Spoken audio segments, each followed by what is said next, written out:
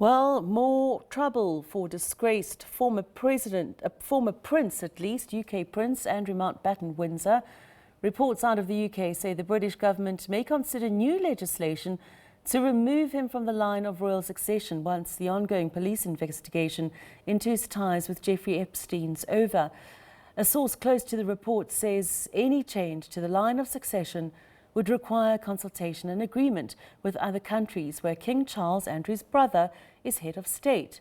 To speak to us about this and how the family is taking the matter, how police are proceeding with investigations, reports out of the British media, public reaction to this news, as well as how politicians in the country are responding to all of this, is Jon Offei-Ansah, a London-based journalist, founder and publisher of Africa Briefing, a pan-African news magazine. Good evening. Thanks for joining us on Late Edition. Do we know how far the investigations are? Well, the investigations are still ongoing. I mean, he was arrested yesterday and released on investigation, late last night. But the search, at his home is still ongoing. I mean, he lives in a very, very huge house, about 30-room house, and the police are conducting meticulous search of the house, to get further information. Now, we also understand police are questioning his former bodyguards. Will they be able to get more evidence from them, some important input?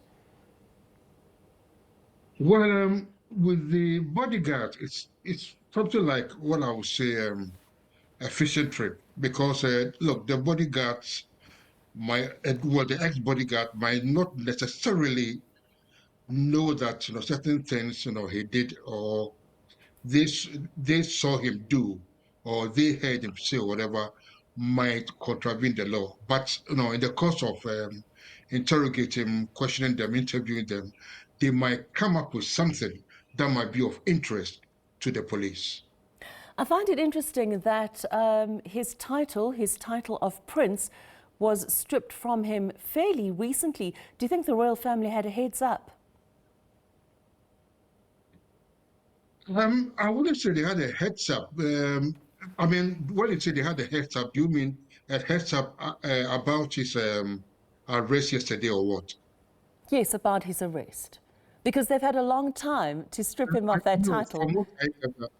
from what I gather, they did not have any heads up, right? But then it didn't come as a surprise to many, to almost look everybody.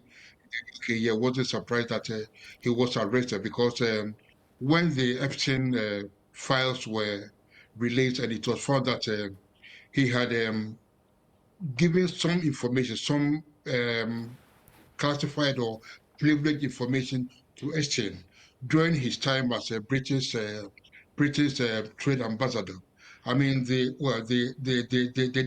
writing was on the wall that the police might get involved. He had maybe revealed maybe some sensitive state information to somebody who wasn't authorized, to get those information. So the writing was on the wall that definitely the police might involve. So it did not come as a surprise to. I'm not sure it came as a surprise to the family. And again, I mean, the King Charles actually went, a step further, issued a statement saying effectively that look, he will let the law take its course. Yeah. We also understand that the British government may be considering new legislation to remove Andrew from the line of royal succession once the police investigations into Andrew's ties with Jeffrey Epstein are over. Yeah, it was announced today that the government, is considering because he's eighth in line to the throne. There's no possibility whatsoever that he could become king. I mean, look, he's eighth in line, but then um, the government is not trying to take any chances. And again, maybe as a further maybe punishment, they are trying to introduce legislation, to remove that right, that birthright, to take it away from him. I would like to ask you just one last question. Do you think that finally, finally the chickens have come home to roost for Andrew. Yes, and it's sad. I mean, personally, I cast my mind back. I can picture it vividly when he returned from Falklands. In the in the 80s.